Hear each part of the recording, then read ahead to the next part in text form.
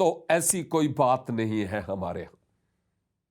ہم صرف اپنے مسیحی ایمان کی بنیادوں کو جو آلریڈی مضبوط ہیں اور ان مقامات کے واقعات سے تعلق رکھتی ہیں، ان مقامات کو جب جا کر دیکھتے ہیں تو ہمیں اور زیادہ تحریک ملتی ہے اور بیدار ہوتے ہیں اور زیادہ ہم خداوند کی پیروی میں ہو چلتے ہیں. لیکن بات جو ہے وہ یہ ہے کہ ہم سبوں کے ممالک اور مقامات اور جگہ ہیں جہاں سے متعلق ہم جانا، بیٹھنا، اٹھنا، رہنا،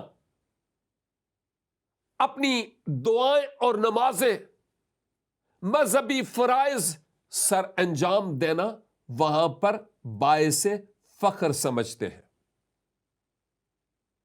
اور ایک اور بات، ایٹ لیسٹ اہل یہود، اہل کلیسا اور اہل اسلام یہ ایک ہی خدا کے ماننے کے دعوے دار ہیں. اگرچہ ہمیں کہا جاتا ہے کہ آپ 3 خداؤں کو مانتے ہیں، لیکن یہ غلط تعلیم ہے. یہ کچھ ایسے عقل سے پیدل مذہبی رہنماؤں نے جو مسیحی نہیں ہیں، اپنے لوگوں کے ذہنوں میں ایسا کڑوا بیج بویا کہ وہ ہماری بابت یہ سمجھتے ہیں کہ ہم مسیحی لوگ 3 خداؤں کو مانتے ہیں. نو، آج میں میڈیا پر یہ بات کہہ رہا ہوں کہ اہل کلیسا ایک ہی خدا کو مانتے ہیں. بنی اسرائیل کی جب بات کروں تو ان کی بابت بھی ہمیں یہ بات واضح طور پر ملتی ہے. کہا گیا کہ سن اے اسرائیل، خداوند تمہارا خدا ایک ہی خداوند ہے، 2 یا 3 نہیں. ہم معبودوں کی کثرت کو نہیں، وحدانیت کو مانتے ہیں. لیکن اس کے علاوہ جو دوسرے ادیان ہیں ان میں بھی کوئی نہ کوئی تصور موجود ہے. ہندو 33 کروڑ کے قریب دیوتاؤں کو، خداؤں کو مانتے ہیں. کب، کس وقت، کون سے دیوتا کو خوش کرتے ہوں گے؟ بڑا مشکل کام ہے. اور میں شکر ادا کرتا ہوں میں ایک ہی معبود کی پیروی کر رہا ہوں. وہ بھی اتنا آسان نہیں ہے، بڑا کٹھن راستہ ہے، سنگلاخ چوٹیاں ہیں، موت کے سائے کی وادیاں ہیں. لیکن سفر ہے بڑا عمدہ اور اچھا، اور بہت سے تجربات ہوتے ہیں اور سیکھنے کا اتفاق ہوتا ہے. المیہ یہ ہے کہ ہم مختلف مذاہب کے ماننے والے تو ہیں، لیکن ان مختلف مذاہب کے ماننے والوں میں ہم آہنگی نہیں ہے، ایکا نہیں ہے. ہاں، اگر بڑے شہروں میں چند مذہبی رہنما مختلف ادیان کے مل کر بیٹھیں گے تو یہ پاسبل ہے، ہم خود اس طرح کرتے رہے. لیکن اگر کہیں کہ وہ جس مذہب کو پریزنٹ کرتے ہیں، جس کے ریپریزنٹیٹیو ہیں، جس کے نمائندہ ہیں، اگر وہ اپنے سارے لوگوں کو یہ درس دیں کہ آپ بھی دوسروں کے ساتھ مل کر رہیں، تو میں سوچتا ہوں کہ یہ بہت بڑی بات ہے. لیکن ایسا ہے نہیں. گنے چنے چند لوگ ایک ہی پلیٹ فارم پر کسی خاص مقصد کو اور کسی خاص مفاد کی خاطر وقتی طور پر جمع ہوتے ہیں اور اس کے بعد ان کے منہ ایک کا اس طرف ایک کا اس طرف. یہ نہیں ہونا چاہیے. ایک ہی خدا کے اگر ماننے والے ہیں تو پھر اس ایک ہی خدا کی اوصاف ہماری زندگی میں نظر آنی چاہیے. صرف ایک شخص میں نہیں، ہماری پوری کمیونٹی میں یہ بات ہونی چاہیے کہ ہم دوسروں کو ایکسپٹ کرنے والے اور ان کو قبول کرنے والے ہوں. میں کئی ایک ایسے مسیحی لوگوں سے متعلق سنتا رہا، کتب کی ورق گردانی کرتے ہوئے اپنے علم میں اضافہ کرتا رہا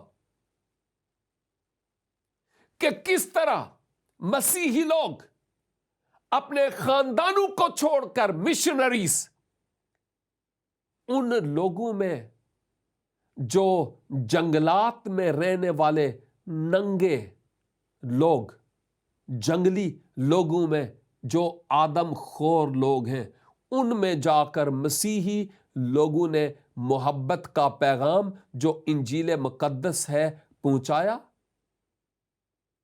اور وہ لوگ حیوان خصلت سے انسان خصلت بن گئے. اور کئی ایسے لوگ جو ایسے لوگوں میں گئے تو صحیح جو خدا کو ماننے والے ہیں، لیکن وہاں اپنی جان، اپنے ساتھی اور اپنے بچوں کی جانوں کو بھی ہمیشہ کے لیے گنوا بیٹھے. سرزمین ہندوستان میں بھی کئی بیرون ملک سے جانے والے مشنریز کو نظر آتش بھی کیا جاتا رہا. لوکلی جو مسیحی لوگ ہیں ان کے ساتھ حیوانوں سے بدتر سلوک کیا جاتا رہا. سرزمین پاکستان میں اہل کلیسا یعنی اہل مسیحیت کے ساتھ کیا کیا سلوک کیے جاتے رہے،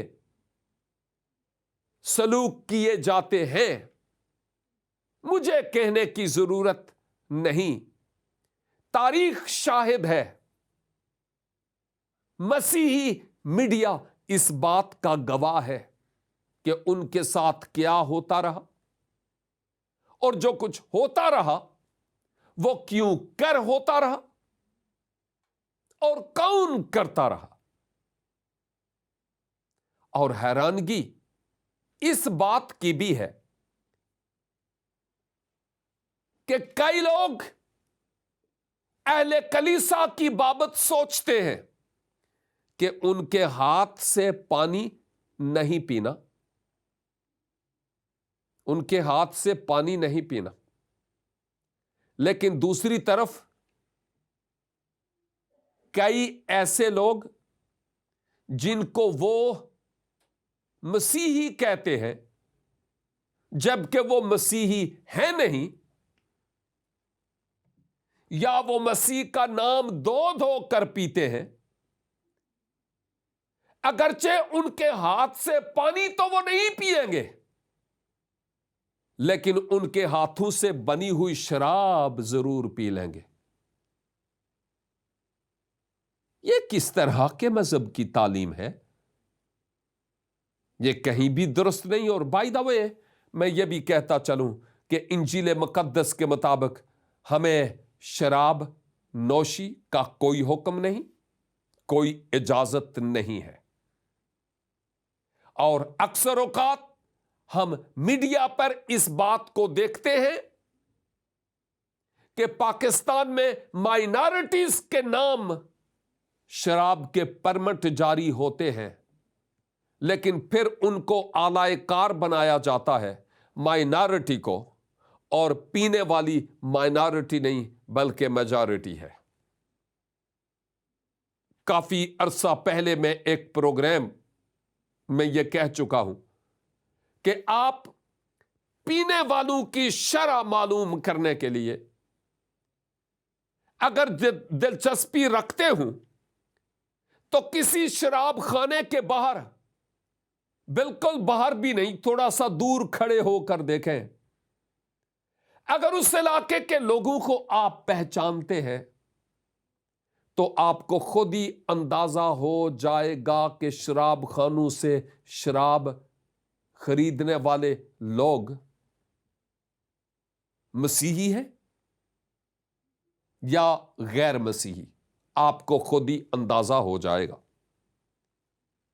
یہ جو باتیں میں کر رہا ہوں، خدارا ان باتوں کو آپ یوں نہ سمجھیے گا کہ میں آپ سے یا ایسے لوگوں سے حسد کرتا ہوں، نفرت کرتا ہوں۔ خدا معاف کرے کہ میں ایسا کروں۔ میں تو حسد اور نفرت کے لیے تو بلایا بھی نہیں گیا۔ نفرت اور حسد تو مجھ میں اور میری روٹس میں ماضی بعید میں تھیں۔ اب ان نفرتوں کا گلا گھونٹ دیا گیا ہے اور روٹس کاٹ دی گئی ہے جب سے میں مسیح یسوع میں آیا ہوں۔ تو اب میں وہ نہیں رہا، انجن نیا ہے اور خداوند نے نئی آنکھیں اور نئے جذبات اور نئی روح مجھ میں پھونکی ہے۔ آج میں یہ کہوں گا کہ اگر ہم چاہتے ہیں کہ مختلف مذاہب کے لوگ ہوتے ہوئے ہم باہم مل کر رہیں اور یہ دنیا جس میں اور آپ اپنی زندگی گزارتے ہیں، یہ دنیا امن اور سکون کا گہوارہ بنے اور ہم صلح کے پیامبر بن جائیں، تو پھر لازم ہے کہ ہم اپنے اپنے دین اور اپنے اپنے مذہب اگر بہت ہی عزیز ہے تو اس کو لے کر اپنے مذہب کے بانی یا اپنے معبود کے ساتھ اپنا تعلق درست رکھنے کی کوشش کریں،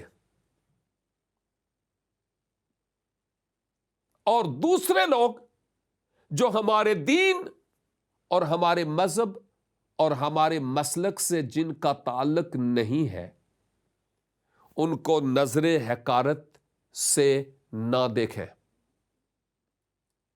دوسرے ادیان کے لوگوں کے لیے ہم اپنے دلوں کو کھولیں۔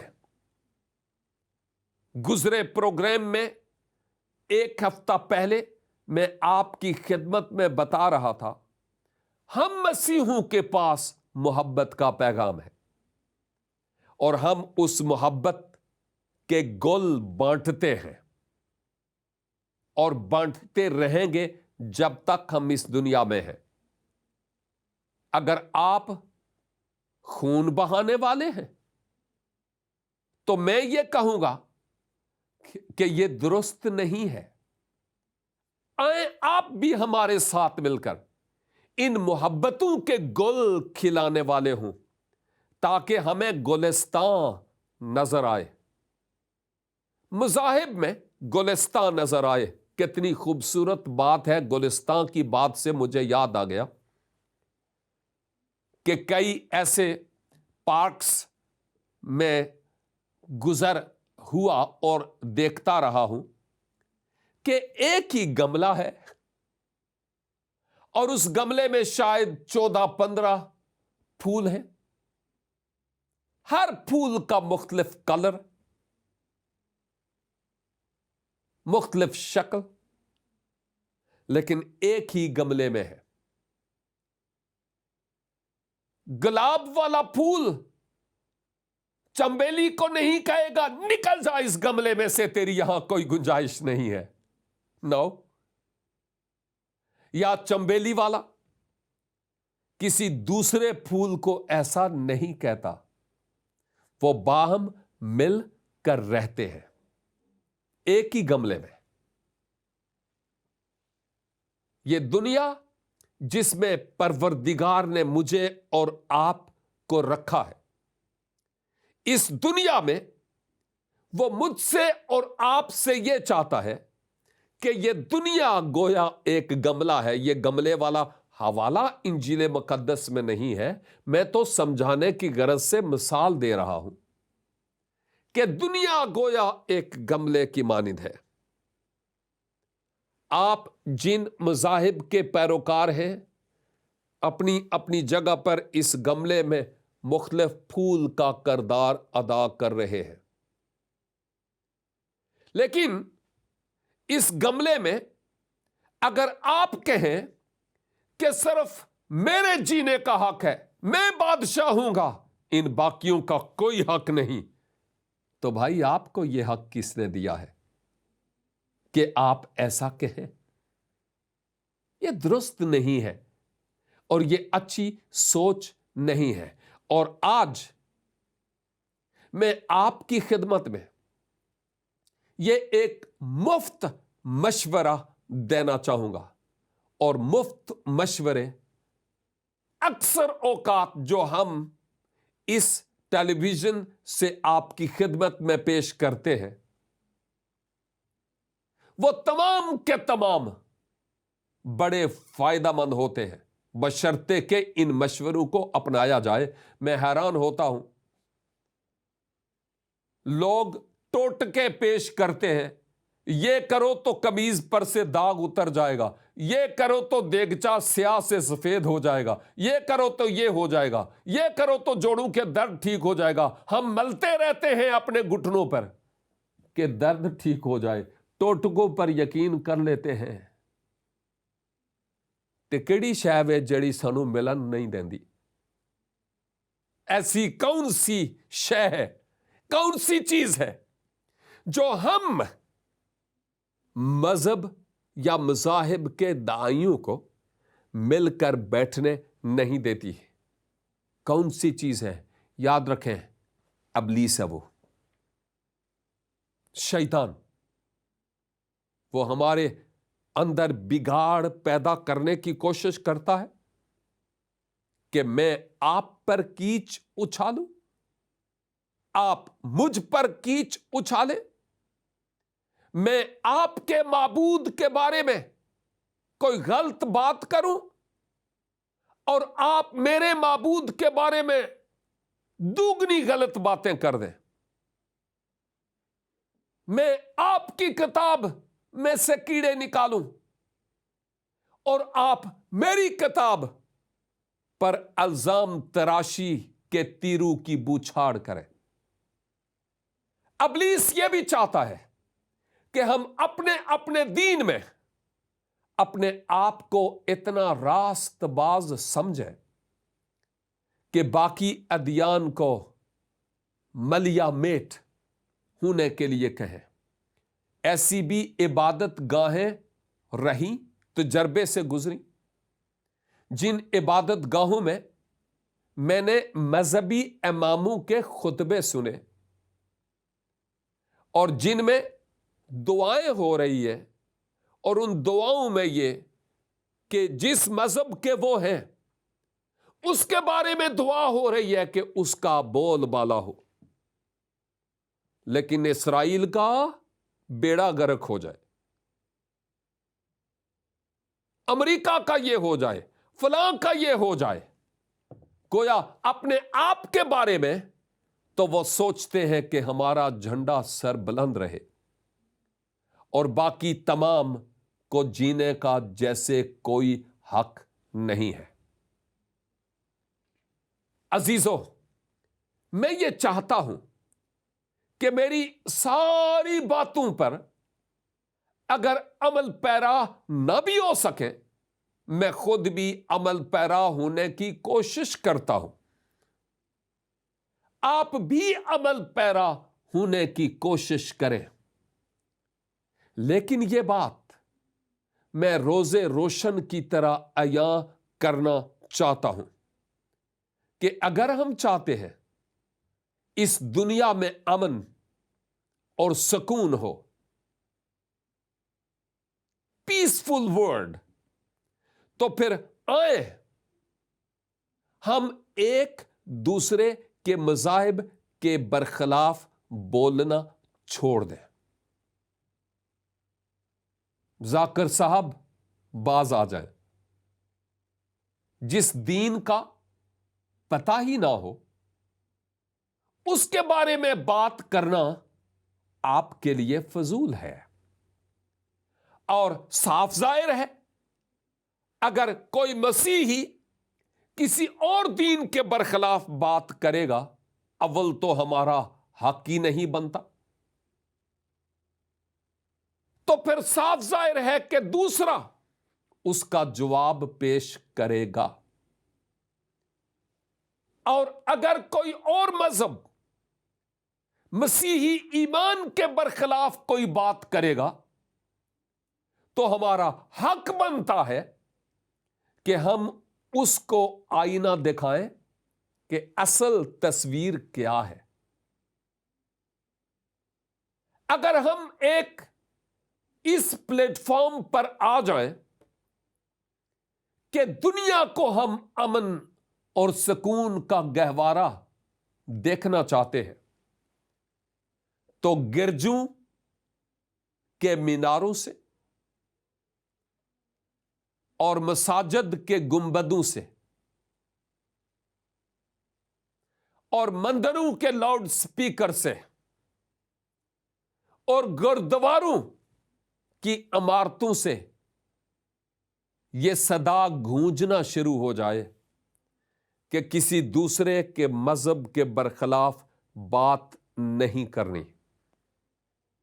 میری زندگی میں بہت سارے بگاڑ تھے، کامل تو آج بھی نہیں ہوں. کوئی نہ کوئی بات میرے منہ سے نکل جاتی ہے جو درست نہیں ہوتی. انسان ہوں اور اس جسم میں ہوں، لیکن کاملیت کی طرف بڑھنے کی کوشش کرتا ہوں. لیکن آپ سے، اور نہ صرف آپ سے بلکہ آپ سے اور ایون آپ سے بھی میرے دل میں بہت زیادہ پیار ہے.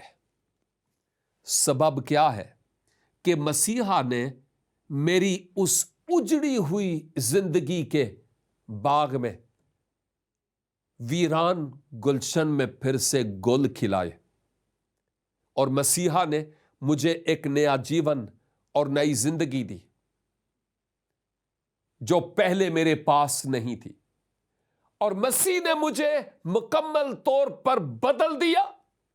اب منزل مجھے مل گئی ہے، اور یہی تو سبب ہے کہ میں آپ کو بھی اس راہ پر آنے کا درس دیتا اور دعوت دیتا ہوں کہ مسیح کے پیچھے ہو چلیں. ان جھگڑوں اور فسادوں سے آپ بچ جائیں گے، اور آپ کی زندگی میں بھی وہ وقت آئے گا کہ آج میں کہتا ہوں کہ میں مسیحی کیوں ہوں، کل آپ کہیں گے کہ میں مسیحی کیوں ہوں.